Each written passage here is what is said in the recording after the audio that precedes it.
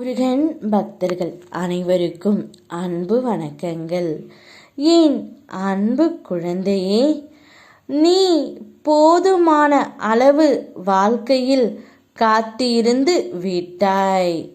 இனிமேல் நீ எங்கேயும் எதற்காகவும் காத்திருக்க அவசியம் இல்லாமல் நானே வந்து உன் வேலையை முடித்து தருவேன்.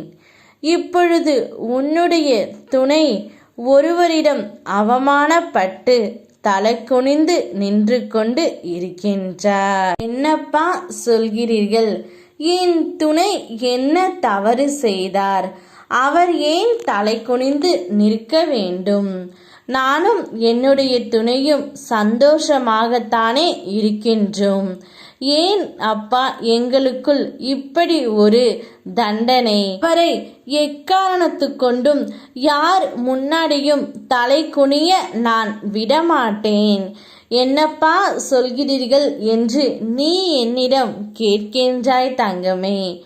ஆம் தங்கமே, உனக்கு அவர் நல்லது செய்து செய்து விட்டுத்தான் இப்பொழுது தலை குனிந்து நிற்கின்றார்.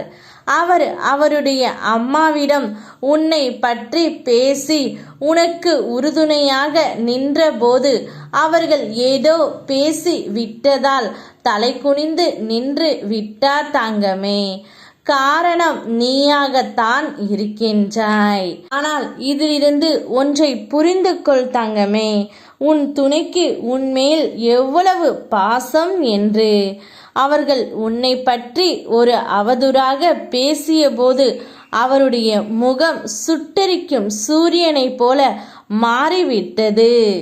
இருந்தாலும் அந்த இடத்தில் பேச முடியாத சூழ்நிலையால் தலை குனிந்து விட்டார். அதனால்தான் நீ இப்பொழுது நான் சொல்லும்படி நடந்து கொள். உன் துணையிடம் அன்பாக இரு. எப்போதும் உன் விருப்பம் போல் செய் அப்பா என சொல்லி என் மீது உன் பாரத்தை போடுவதை பார்த்து நான் மெழுகை விட மேலாக உருகி கொண்டு இருக்கின்றேன் தங்கமே. என் கண்களிலிருந்து ஆராய் பெருகும் சூடான நீரினால் உன் கர்ம வினைகளை கழுவிக்கொண்டு இருக்கின்றேன். நான் இருக்க கவலை ஏன்? விரைவில் உன் கவலையை தீர்ப்பேன். என்னை நம்பு. நீயும் உன்னுடைய துணையும் இணைந்து சேர்ந்து அனைவரும் முன்னிலையிலும் ஒன்றாக இணைந்து வாழப் போகிறீர்கள். யாம் இருக்க பயமேன். ஓம் முருகா.